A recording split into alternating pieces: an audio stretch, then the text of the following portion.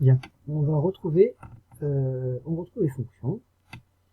Alors, il faut savoir que les fonctions sont classées suivant leur particularité. C'est pour ça qu'on appelle ça fonction particulière. Et suivant la particularité, on leur donne des noms. Au programme de troisième, vous avez deux types de fonctions qui sont au programme, et au lycée, il y a d'autres fonctions, ce qu'on appelle les fonctions de référence. Donc là, on va commencer par une fonction que l'on va créer et on va regarder sa particularité.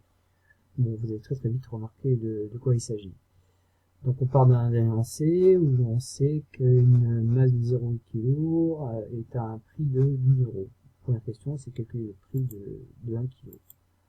Calculer 1 kg de ce fromage, et bien ce sera 12 divisé par 0,8 qui est égal à 15 euros. À partir de là, on peut exprimer la fonction P. Alors cette fonction P, c'est la fonction qui va nous donner le prix connaissant la masse. Donc le prix va dépendre de la masse. Donc vous connaissez déjà cette écriture, c'est-à-dire que la fonction s'appelle P, elle dépend de la masse, donc ça c'est entre parenthèses. Et qu'est-ce qu'elle fait? Eh bien, si vous lui donnez une masse, elle multiplie cette masse par 15. La masse devant être en kilogrammes.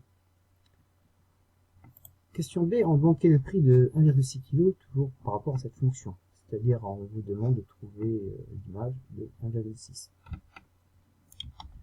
Donc, on remplace par M, je veux dire, on remplace M par 1,6. Et on fait 15 multiplié par 1,6. Ce qui est égal à 24. Donc 1,6 kg ou 1 kg 600 grammes coûte 24 euros. Quelle masse peut-on acheter avec 4,80 euros? C'est le prix. Le prix va être divisé par 15. Et on trouve 0,120 kg. Ou 320 grammes. Voilà, ça c'est la première étape. Donc si vous regardez cette fonction, je crois que vous connaissez ce qu'on appelle une situation de proportionnalité, où on passe de la masse au prix en multipliant par 15, et où on passe du prix à la masse en divisant par 15. C'est toujours cette proportionnalité que vous connaissez depuis la 5e, que vous avez revue en 4e, etc., etc. Donc ce type de fonction, qui ont toujours la même forme, donc vous allez voir ça dans le texte qui suit. On lui a donné un nom, donc sa particularité c'est la traduction de la proportionnalité, donc cette fonction s'appelle la fonction linéaire. Fonction linéaire. Alors maintenant, la formule générale d'une fonction linéaire. Alors, soit un nombre non nul fixé. Dans notre cas précédent, ce nombre c'était 15. Le procédé calculatoire. Donc ça, c'est quand on veut parler d'une fonction de manière générale. Qui a tout nombre x. Dans notre cas, nous, le nombre x c'était la masse, c'était m. Associe le nombre a multiplié par x. C'est bien ce qu'on faisait ici, puisqu'on a fait 15 fois la masse. Est appelé ceci. Copier-coller, est appelé fonction linéaire. Est appelé fonction linéaire. A, eh bien, c'est un mot que vous connaissez. A est le coefficient. Et le coefficient de la fonction. La fonction linéaire.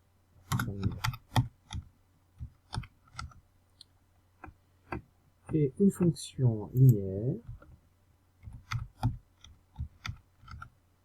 traduit une situation de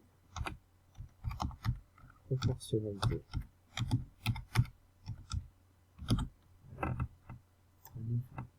Situation de proportionnalité. Je crois que je viens là. Ok. Voilà. Première étape. Donc dès qu'on parle d'une fonction linéaire, premier réflexe, une fonction linéaire est toujours du genre voilà, tant que f de x égale un nombre différent de 0 multiplié par x. Par exemple, f de x égale 8x, c'est une fonction linéaire et son coefficient c'est... Alors, maintenant, on retrouve les fameux langages images et antécédents. Donc par exemple, soit j'ai la fonction linéaire telle que g de n égale moins 2,5n, c'est-à-dire que moins 2,5 c'est son coefficient et elle est bien linéaire. Première question, donc ça je vais couper, voilà. Vous n'avez pas au début. Ici, qu'est-ce qu'on vous demande? Eh bien, on vous demande l'image de 2. Comment calcule-t-on l'image de 2? Eh bien, on fait 2 moins 2,5 multiplié par 2. Et ça nous fait donc moins 5. J'ai fait un petit... Non, c'est pas ça que je vais faire. Couper.